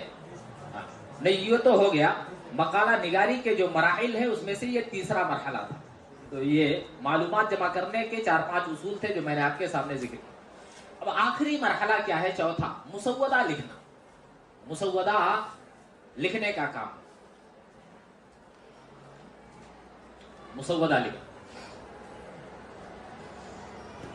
جب مقالہ نگار کو اطمینان ہو جائے کہ میں نے بقدر کفایت معلومات جمع کر لی ہیں، تو اب کیا کرنا ہے؟ اسے مسودہ لکھنا ہے۔ مسودہ، اصل کاپی نہیں۔ مسودہ جانتے ہو کس کو کہتے ہیں؟ Rough copy. رف کاپی میں لکھا جاتا ہے نا، پہلے ترتیب سے، ہے نا، اس کے بعد پھر کیا کیا جاتا ہے؟ اصل کاپی پہ لکھا جاتا ہے۔ تو یہ مسودہ ہے۔ تو جب طالب علم کو یا مقالہ نگار کو یا بحث تحقیق کرنے والے کو اس بات کا اطمینان ہو جائے کہ میں نے بقدر کفایت معلومات کو اکٹھا کر لیا ہے، تب جا کر کے وہ کیا کرے گا؟ اب مسودہ لکھنا شروع کرے گا۔ اب مسودہ لکھنا شروع کرے۔ مسودے میں جو خطۃ البحث ہوگا، جیسے مرکزی عناوین ہیں، فصلیں ہیں، باب ہیں، ذیلی عناوین ہیں، اس طریقے سے لکھتے ہوئے وہ آگے بڑھے گا مسودے میں، ٹھیک ہے؟ معلومات کو اکٹھا کیا ہے، اب ان معلومات کو فصل قائم کر کے لکھنا ہے، باب قائم کر کے لکھنا ہے، مرکزی عنوان کے تحت لکھنا ہے یا ذیلی عنوان کے تحت لکھنا ہے، یہ ساری چیزیں سوچ کر کے پھر اس کو ترتیب دینا، مسودہ تیار کرنا، مسودہ تیار کرنا۔ لیکن مسودہ لکھنے میں چند آداب کا بھی خیال ہونا چاہیے، چند آداب کا بھی خیال ہونا چاہیے۔ پہلا آداب یہ ہے کہ کوئی بھی مقالہ لکھنے میں یا کوئی بھی تحقیق لکھنے میں کیا کرنا ہے؟ سب سے پہلے معلوم ہے آپ کو مقدمہ لکھا جاتا ہے، مقدمہ۔ اس کے بعد موضوع کا خلاصہ بھی لکھا جاتا ہے کہ میں کہاں تک پہنچا ہوں، کیا میں پیش کیا ہوں، اس موضوع کا خلاصہ لکھا جاتا ہے۔ اسی طریقے سے موضوع کی اہمیت لکھی جاتی ہے، موضوع کی اہمیت لکھی جاتی ہے، اور پھر موضوع اختیار کرنے کا سبب کیا ہے وہ بھی لکھا جاتا ہے، ٹھیک ہے؟ وہ بھی لکھا جاتا ہے۔ گویا آپ یہ سمجھیے کہ مقدمہ جو ہوتا ہے نا، اس میں تحقیق کا اجمالی خاکہ پیش کیا جاتا ہے کہ میں نے جو چیزیں لکھی ہیں اس کا اجمالی خاکہ یہ ہے کہ اس ترتیب کے ساتھ ایسے ایسے یہ پورا مقالہ لکھا گیا، ٹھیک ہے؟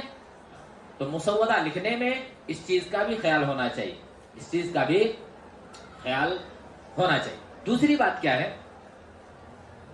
مقالہ لکھنے کے بعد آخر میں خاتمہ لکھا جاتا ہے، مقالہ لکھنے کے بعد آخر میں خاتمہ لکھا جاتا ہے، خاتمۃ البحث لکھا جاتا ہے۔ اور خاتمۃ البحث میں مقالے میں جو باتیں پیش کی گئی ہیں ان افکار و نظریات کا نچوڑ لکھا جاتا ہے۔ مقالے کے اندر جو باتیں لکھی گئی ہیں نا، ان تمام افکار کا اور نظریات کا نچوڑ پیش کیا جاتا ہے خاتمے کے اندر، ٹھیک ہے؟ بہت سارے لوگ حیران و پریشان رہتے ہیں، بولتے ہیں خاتمے میں کیا لکھنا، تو مقدمے میں کیا لکھنا، بار بار آ کر کے سوال کرتے ہیں۔ تو خاتمے میں جو ہوتا ہے وہ پوری بحث کا خلاصہ، نچوڑ پیش کیا جاتا ہے کہ آپ کہاں تک پہنچے، اس میں جو باتیں ہیں آپ نے پیش کی ہے، آپ کی تحقیق کہاں تک پہنچی ہے، آپ کس نتیجے پر پہنچے ہیں، وہ خاتمے کے اندر پیش کیا جاتا ہے۔ ایک تیسری بات کیا ہے؟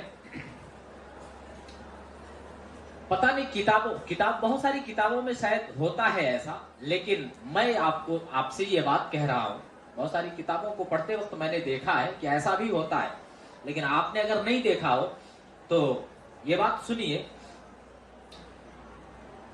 کوئی بھی نئی فصل یا نئے باب کو قائم کرنے سے پہلے ایک مختصر سا مقدمہ لکھیے کہ اس نئی فصل یا نئے باب میں کون سی چیزیں لکھنے جا رہا ہوں، ایک خاکہ آ جائے سامنے. کسی بھی نئی فصل اور نئے باب کو لکھنے سے پہلے کیا کریں، ایک چھوٹا سا مقدمہ لکھیں، ایک چھوٹا سا مقدمہ لکھیں، اور اس مقدمے میں سامنے آنے والی جو بھی معلومات ہیں، سامنے آنے والی جو بھی معلومات ہیں، ان معلومات کو پیش کرنے کا طرز کیا ہے، انداز کیا ہے، وہ اس مقدمے کے اندر لکھیں، تاکہ قاری کے ذہن میں یہ بات بیٹھ جائے کہ اب سامنے جو باتیں آ رہی ہیں وہ کس ترتیب سے ہیں، کس انداز سے لکھی گئی ہیں. تو اس کا بہت زیادہ فائدہ ہوتا ہے. ورنہ پڑھے گا، پھر ورق گردانی کرے گا تو کہے گا ادھر یہ تھا، ادھر یہ ہے، اس طریقے سے شاید وہ محفوظ نہ کر سکے باتوں. لیکن مقدمہ جب وہ پڑھ لے گا نا کہ اس انداز میں مقدمہ لکھا گیا ہے اور مقدمے اس فصل کے اندر یہ چیزیں لکھی گئی ہیں، تو اس کے ذہن میں یہ بات موجود رہے گی کہ یہ چیزیں لکھی گئی ہیں. پھر جو مطالعہ کرے گا نا وہ ساری چیزیں اس کے ذہن میں بیٹھ جائیں گی، وہ ساری چیزیں اس کے ذہن میں بیٹھ جائیں گی. اس لیے نئی فصل، ہر نئی فصل اور نئے باب کو لکھنے سے پہلے ایک چھوٹا سا مقدمہ لکھا جائے، تاکہ اور اس میں یہ بتایا جائے کہ اس فصل میں یا اس باب کے تحت میں جو بھی معلومات لکھ رہا ہوں ان باتوں کو میں نے کس انداز سے، کس ترتیب سے یا کس اسلوب کے ساتھ جمع کیا ہے یا لکھا ہے.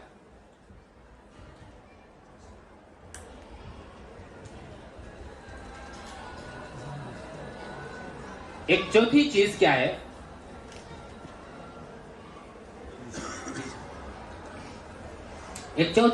ہے، اگر مقالہ نگار کسی امر کا مدعی ہے، کچھ لوگ ہوتے ہیں نا اپنی دکھانے کے لیے کبھی کبھی لکھ دیتے ہیں، حالانکہ یہ مطلب عالمانہ طرز تحریر نہیں ہے، اس سے بچنا چاہیے. اگر مقالہ نگار کسی امر کا مدعی ہے تو اس کے لیے دلیل پیش کرنا لازم ہے. صرف دعویٰ نہیں چلتا، آپ جو بات کہہ رہے ہیں اس کی دلیل پیش کرو. اگر مقالہ نگار کسی امر کا مدعی ہے تو وہ کیا کرے گا، دلیل پیش کرے گا. اس کے لیے دلیل پیش کرنا لازم اور ضروری ہے.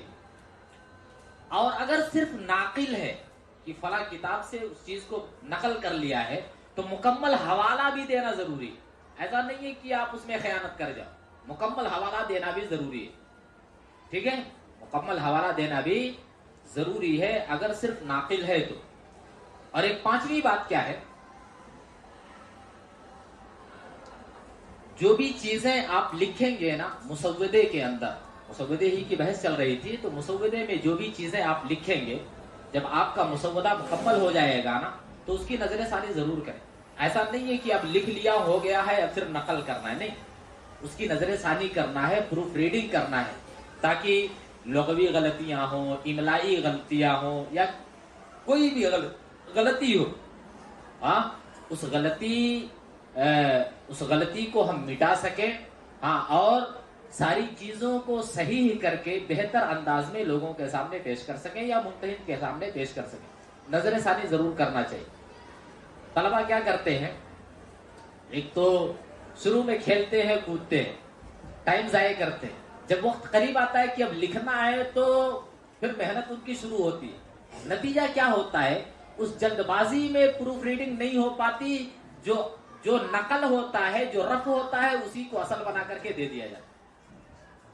علماء جب اس کو پڑھتے ہیں تو بہت ساری غلطیاں سامنے آتی ہیں. املے کی غلطی ہوتی ہے، ہاں ہے کہ نہیں، املے کی غلطی ہوتی ہے یا کسی بھی چیز کی بہت ساری غلطیاں پائی جاتی ہیں. اس لیے اس کا احتیاط کرنا چاہیے. اس سے کیا ہے، مقالے کی اچھائی جو ہے نا وہ کمزور پڑ جاتی ہے. آپ نے لکھا کیا، اتنی محنت کر کے آپ کو لکھنا ہی نہیں آتا ہے، فائدہ کیا ہے اس سے.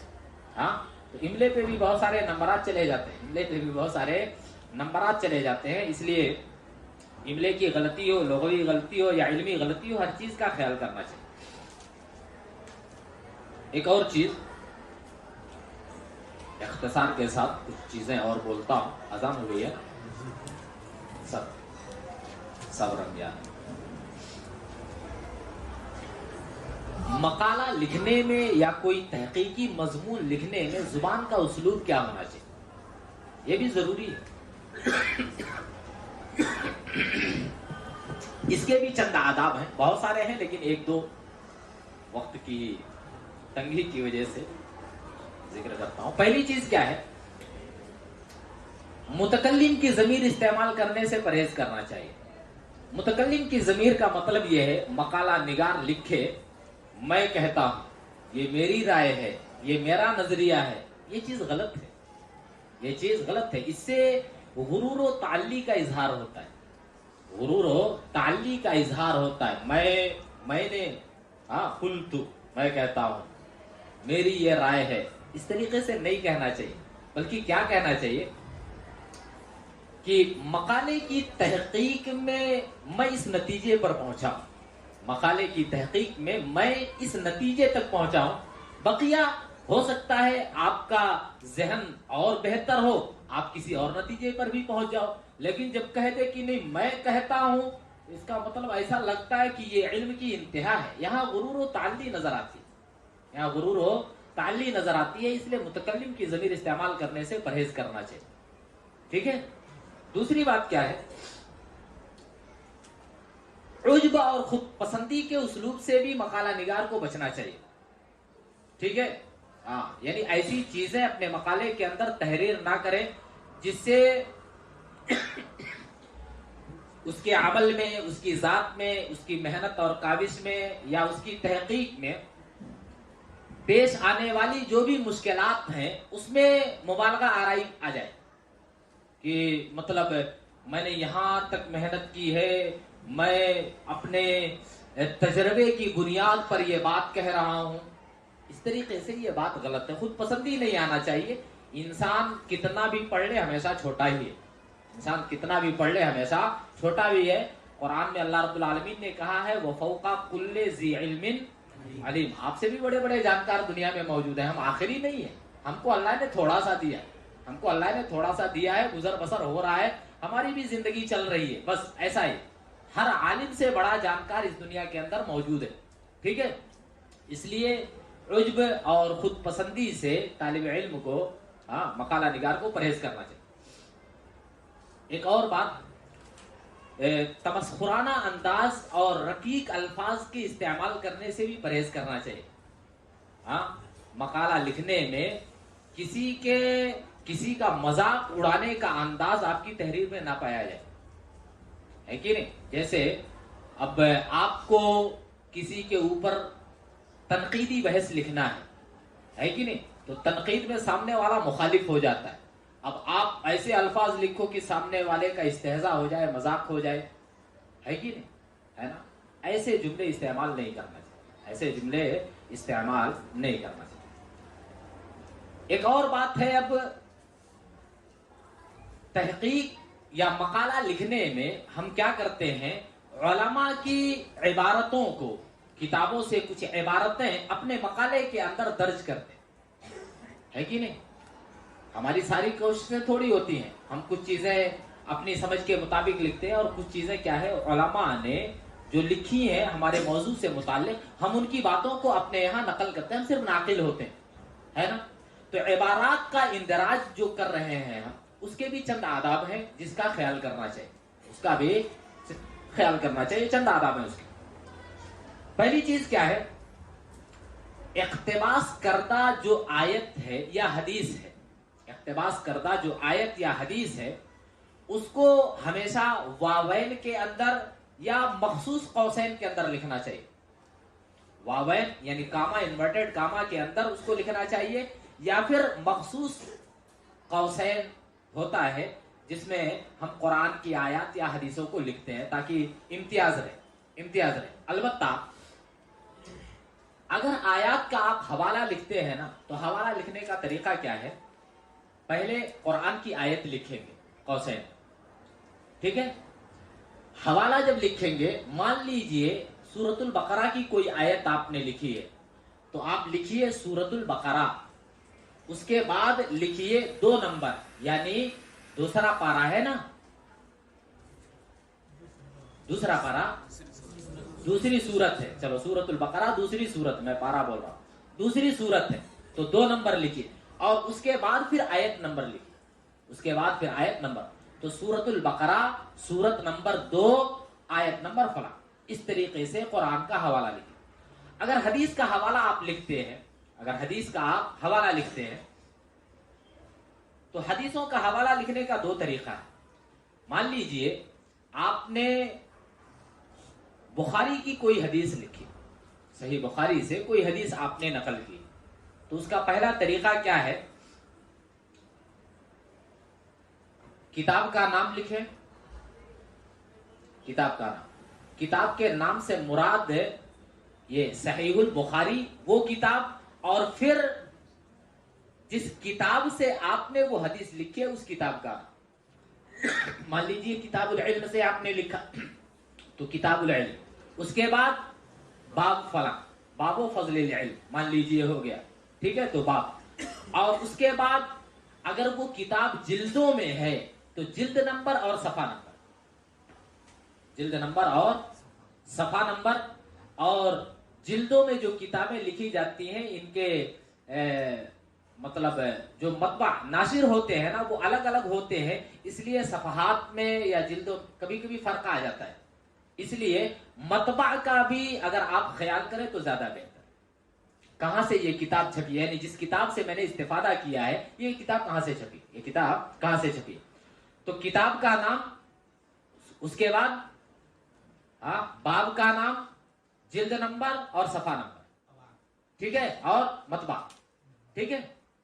دوسرا طریقہ کیا ہے، آپ کتاب کا نام لکھیے، جیسے مان لیجئے بخاری، بخاری کا آپ نے حوالہ دیا تو آپ نے صحیح البخاری اس کتاب کا نام لکھا، مختصر طور پر صحیح بخاری، صحیح البخاری، ٹھیک ہے۔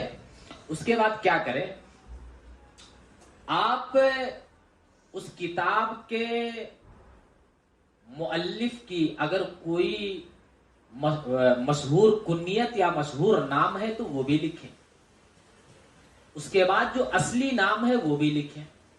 مان لیجئے صحیح البخاری، بخاری ہی سے مشہور ہے وہ، ٹھیک ہے، بخاری ہی سے مشہور ہے وہ، ٹھیک ہے۔ اس کے بعد ان کا اصلی نام محمد بن اسماعیل بھی آپ لکھیں۔ اتنا لکھنے کے بعد پھر اس کتاب کا نام لکھیں جس کتاب میں وہ حدیث درج ہے، مان لیجئے کتاب العلم میں ہے، وہ کتاب لکھیے۔ اس کے بعد اس کتاب میں کون سا باب ہے اس باب کا نام لکھیے، باب و فضل العلم ہے مان لیجئے، اس کو لکھ لیجئے، ٹھیک ہے۔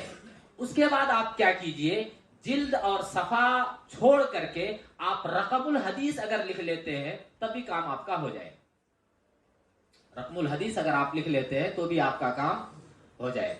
تو اگر جلد اور صفحات میں ہے تو اس کا خیال کیجئے، جلد اور صفحات میں نہیں ہے تو رقم الحدیث لکھ کر کے بھی ہمارا کام آسان ہو سکتا ہے، ٹھیک ہے۔ تو یہ تو قرآن اور حدیث کا حوالہ ہو گیا، لیکن اگر قرآن اور حدیث کے علاوہ دوسری کتابوں کا ہم لکھتے ہیں، مان لیجئے ہم نے تاریخ کی کوئی بات لکھی ہے اور البدایہ والنہایہ ابن اسیر کی کتاب کا ہمیں حوالہ دینا ہے، البدایہ والنہایہ ابن اسیر کی کتاب کا ہمیں حوالہ دینا، تو ہم کیا کریں گے، ہم لکھیں گے البدایہ والنہایہ، ٹھیک ہے، البدایہ والنہایہ کتاب ہم نے لکھا، یہ کتاب کس کی ہے، ابن کثیر کی، آگے لکھو ابن کثیر، اس کے بعد ان کا اصلی نام لکھو، ان کا نام کیا ہے، عماد الدین ابن کثیر نا، ابو الفضل عماد الدین ابن کثیر، ان کا اصلی نام لکھیے کہ ان کا نام یہ ہے، یہ کنیت ہے ان کی، اس نام سے وہ معروف ہیں، وہ آپ لکھیے۔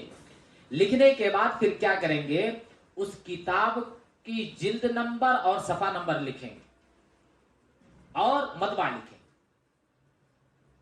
کتاب کا نام، کتاب کا مؤلف کس نام سے معروف ہے وہ، ان کا اصلی نام کیا ہے وہ، اور اس کے بعد جلد نمبر، صفحہ نمبر اور مطبع، کہاں سے وہ کتاب چھپی ہے، کہاں سے وہ کتاب چھپی ہے، اس طریقے سے لکھنا چاہیے۔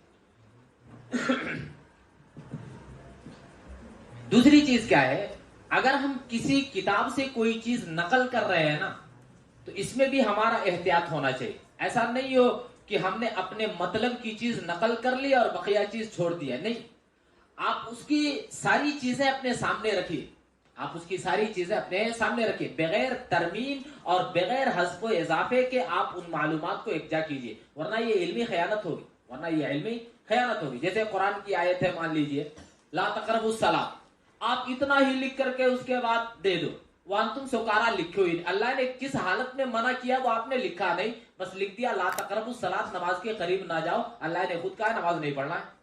غلط ہو گیا کہ نہیں ہو گیا؟ اب آپ کسی کے یہاں سے کوئی چیز نقل کر رہے ہو تو اس کا پورا خیال کرتے ہوئے آپ نقل کرو، پورا خیال کرتے ہوئے نقل کرو، اس میں نہ تو کوئی ترمیم کرو، نہ حذف کرو، نہ اضافہ کرو، جیسا ہے سیم ٹو سیم نقل کرو۔ اگر اس میں کوئی غلطی بھی پائی جاتی ہے نا، اگر اس میں کوئی غلطی بھی پائی جاتی ہے تو آپ نقل کرنے کے بعد بیان کر دیجئے فلاں کتاب میں یا اصل کتاب میں ایسے ہی موجود ہے، فلاں کتاب میں ایسے ہی موجود ہے۔ یہ علمی امانت ہے، یہ علمی امانت ہے۔ ایک تیسری چیز کیا ہے، کسی بھی عبارت کی تلخیص اگر آپ کر رہے ہیں، خلاصہ آپ لکھ رہے ہیں نا، تو اس میں بھی احتیاط ضروری ہے، اس میں بھی احتیاط ضروری ہے۔ جس چیز کا آپ خلاصہ کر رہے ہیں نا، ہاں، اس کے تعلق سے ساری چیزیں آپ کے ذہن میں ہو، پھر آپ اس کو اختصار کے ساتھ لکھیے، ورنہ ہوتا کیا ہے، ایک پہلو کو لکھ لیا جاتا ہے، دوسرے پہلو کو چھوڑ دیا جاتا ہے، اچھے سے تلخیص نہیں ہو پاتی ہے، اچھے سے تلخیص نہیں ہو پاتی، اس لیے تلخیص میں بھی مطلب وضاحت بہت ضروری ہے، وضاحت بہت ضروری ہے، اور مکمل احتیاط کے ساتھ تلخیص کرنا چاہیے، ورنہ سوء فہم جو ہے، مطلب بری فہم، غلط سوچ ایک طالب علم کے لیے بہت بڑی آفت ہے، جان لیجیے۔ اگر آپ نے غلط سمجھ لیا، غلط تلخیص کر دی، غلط بیانی ہو گئی تو یہ آپ کے لیے مصیبت بن جائے گا، پھر آپ پہ قلم چلائے جائیں گے، اس لیے اچھے سے سمجھنا پھر تلخیص کرنا، ٹھیک ہے۔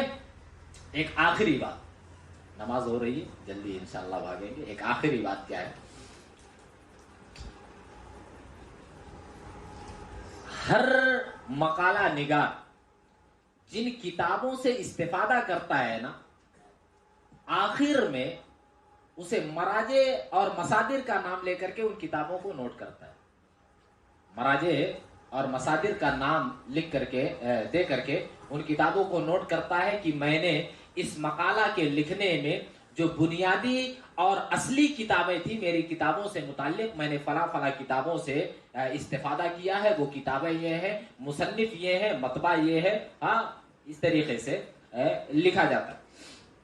مراجع و مصادر جو ہوتے ہیں نا، یہ دو طرح کے ہوتے ہیں، ایک مراجع اصلیہ ہے، ایک مراجع ثانویہ ہے، مراجع اصلیہ اور مراجع ثانویہ۔ مراجع اصلیہ کا مطلب یہ ہے کہ وہ کتابیں جس میں خصوصیت کے ساتھ اسی موضوع کے متعلق لکھا گیا ہے جس موضوع پہ طالب علم لکھنا چاہتا ہے، مقالہ نگار لکھنا چاہتا ہے۔ مثال کے طور پر فقہی بحث ہے کوئی تو فقہ کی کتاب ہوگی، ہے کہ نہیں، حدیث کے تعلق سے لکھ رہا ہے تو حدیث کی کتاب ہوگی، تاریخی مقامات کے تعلق سے لکھ رہا ہے تو تاریخی مقامات سے متعلق کتابیں ہوگی، اس انداز سے، ٹھیک ہے۔ ان کو کیا کہا جاتا ہے؟ مراجع اصلیہ کہا جاتا ہے۔ مراجع اصلیہ بھی پھر دو طرح کے ہوتے ہیں، مراجع اصلیہ بھی دو طرح کے ہوتے ہیں، ایک تو ہوتا ہے خصوصی مراجع اصلیہ اور دوسرا ہوتا ہے عمومی مراجع اصلیہ۔ تو خصوصی مراجع اصلیہ تو ابھی میں نے بتا دیا ہے کہ سیم ٹو سیم، یعنی مقالہ نگار جس موضوع پہ لکھنا چاہتا ہے اسی موضوع کے متعلق ہی وہ کتاب لکھی گئی، اصلاً اسی موضوع سے متعلق لکھی گئی، یہ تو اصلی ہو گئی۔ ہاں، البتہ کبھی کبھی مقالہ لکھتے وقت مان لیجئے آپ کو لغوی معنی بیان کرنا ہے، اصطلاحی معنی بیان کرنا ہے تو لغت کی کتاب آپ اٹھائیں گے، ہے کہ نہیں، یا اصطلاحی کی جو کتابیں ہیں آپ اس کو اٹھائیں گے، کوئی آیت لکھنا ہے اس میں کوئی تفسیری نقطہ لکھنا ہے تو آپ تفسیر کی کتاب اٹھائیں گے، ہے کہ نہیں، کسی حدیث کے تعلق سے کسی عالم کی تشریح یا قول نقل کرنا ہے تو آپ حدیث کی کتاب اٹھائیں گے۔ تو خصوصی مراجع جو ہیں انہی کے بیچ میں اگر ان کتابوں سے بھی استفادہ کیا جاتا ہے اور بیچ بیچ میں یہ کتابیں ذکر کی جا رہی ہیں نا، تو یہ بھی خصوصی کے تحت آ جائیں گی، یعنی یہ بھی مراجع اصلیہ کے تحت آئیں گی، لیکن ان کو عمومی مراجع اصلیہ کہا جائے گا، عمومی مراجع اصلیہ، کیونکہ اصل جو تھا وہ کتابیں تو ہیں، یہ عام چیزیں ہو گئی نا، اس موضوع کا تعلق آپ کے مقالے سے نہیں ہے، لیکن بطور استشہاد کے آپ ان کو بھی ذکر کر رہے ہیں۔ مان لیجئے آپ لکھنا چاہتے ہیں خلافت و ملوکیت پر، تو آپ لغت کی کتاب نہیں اٹھا کے لکھو گے خلافت مانے کیا، ملوکیت مانے کیا، کہ خلافت و ملوکیت کے تعلق سے جو کتابیں لکھی گئی اسی میں جو لکھا ہے وہی سب لکھ دیں گے ہم بھی نہیں۔ لغت کی کتاب اگر معنی کی وضاحت آپ کرنا چاہتے ہیں، خلافت کا معنی کیا ہوتا ہے، ملوکیت کا معنی کیا ہوتا ہے، تو آپ کو لغت کی کتاب بھی دیکھنا پڑے گا۔ تو یہ عمومی مراجع اصلیہ کہلائے، اصلی تو ہے وہ، کیونکہ لغت میں اصل ہے نا وہ، کی نہیں ہے، لیکن آپ کے مقالے کے اصل میں نہیں آتے، عموم میں آ جاتے ہیں، اس لیے عمومی مراجع اصلیہ کہلاتے، ٹھیک ہے۔ تو مراجع و مصادر جو ہوتے ہیں، میں نے کہا کہ ایک مراجع اصلیہ ہوتے ہیں، ایک مراجع ثانویہ ہوتے ہیں۔ اب دوسری چیز کیا ہے، مراجع ثانویہ۔ مراجع ثانویہ کا مطلب جانتے ہو کیا ہے؟ مان لیجئے آپ کا جو اصل موضوع ہے نا، اصل موضوع، اس کے تعلق سے جو کتاب لکھی گئی ہے، اس کتاب سے کسی ناقل نے اپنے الفاظ میں کچھ باتیں لکھ کر کے اپنا ایک مقالہ تیار کر لیا ہے، تو یہ ثانوی ماخذ ہے۔ اصل وہ ہے، یہ دوسرا مقام رکھتا ہے۔ اس لیے اگر آپ کے سامنے یہ مقالہ آ جائے، یہ چھوٹی کتاب آ جائے نا، تو آپ اس سے استفادہ اگر کرنا چاہتے ہیں تو ٹھیک ہے کیجئے، لیکن اس پہ بہت زیادہ اعتماد نہیں کرنا چاہیے، اس پہ بہت زیادہ اعتماد، ثانوی پر بہت زیادہ اعتماد نہیں کرنا چاہیے، ہمیشہ اصل کی طرف رجوع کرنا چاہیے، کیونکہ ایک طالب علم جب اصل کی طرف رجوع کرے گا نا، تب اس کے سامنے یہ بات ظاہر ہوگی کہ اصل کتاب کیوں دیکھنا چاہیے، کیونکہ بہت سارے تصرفات ہوتے ہیں اس میں، ثانوی جو ماخذ ہوتے ہیں اس میں بہت سارے تصرفات ہوتے ہیں، کچھ چیزیں کم کر دی جاتی ہیں، کچھ اضافہ کر دی جاتی ہیں، یا تلخیص کر دی جاتی ہے، تو مطلب اچھے انداز میں وہ تلخیص نہیں ہوتی ہے، تو نتیجہ کیا ہوتا ہے، خراب رزلٹ ہے اس کا، خراب ہو جاتا ہے۔ اس لیے ہمیشہ ثانوی ماخذ کو سامنے رکھتے ہوئے اصل مراجع اور مصادر پر زیادہ دھیان دینا چاہیے، کیونکہ آپ کے موضوع سے متعلق وہی کتاب ہے، اصل کتاب جو لکھی گئی آپ کے موضوع سے متعلق وہی کتاب اصل ہے، آپ اسی سے دیکھ کر کے لکھیے اور اپنے مقالے کو پھر پورا کیجیے، ٹھیک ہے۔ بحث ختم ہو گئی ہے نا۔ اب اصل کتاب جب آپ لکھ لیں گے تو آپ کو مقالہ تو ترتیب بھی آپ نے دے دیا، حسن ترتیب میں نے بیان کر دیا ہے۔ ایک مقالے کی جب ترتیب دیں گے نا تو فرسٹ ہوتا ہے ٹائٹل پیج، جانتے ہو نا، جس کو سر ورق کہا جاتا ہے یا چہرے کتاب کہا جاتا ہے، ٹائٹل پیج ہوتا ہے۔ ایک ورق اس کے لیے ہونا چاہیے، اس کے بعد ایک ورق ہونا چاہیے جس کو خالی رکھا جائے، آپ بیاض ہو وہ خالی چھوڑ، ٹھیک ہے ہاں۔ یا اگر لکھنا چاہتے ہیں تو اس پہ انتساب وغیرہ لکھ سکتے ہیں، کس کی طرف نسبت ہے، انتساب لکھا جاتا ہے کہ نہیں لکھا جاتا، ٹھیک ہے۔ اس کے بعد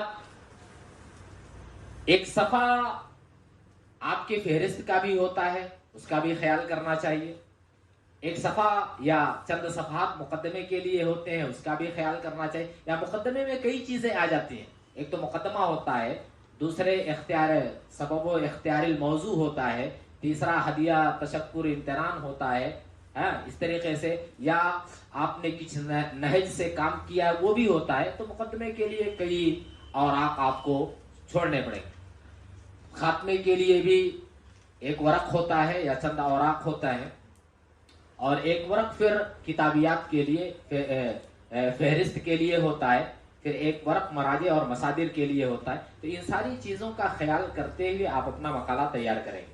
اس کے بیچ میں اصل موضوع ہے، ادھر مقدمہ ہے، مقدمے کے بعد اصل موضوع ہے، اور اس کے بعد خاتمہ ہوگا، خاتمے کے بعد پھر کیا ہوگی، کس ترتیب سے آپ نے لکھا ہے وہ فلاں بحث اس صفحے پہ مل جائے گی، فہرست جسے آپ کہتے ہیں وہ، پھر آخر میں مراجع اور مصادر، اس ترتیب کے ساتھ آپ لکھیں گے، انشاءاللہ آپ کا مقالہ بہتر سے بہتر ہو سکتا ہے۔ اللہ رب العالمین سے دعا ہے کہ ہم نے جو بھی باتیں کہیں اور سنی ہیں، اللہ رب العالمین اس کے مطابق ہمیں عمل کرنے کی توفیق عطا فرمائیں۔ آمین۔ السلام علیکم ورحمۃ اللہ۔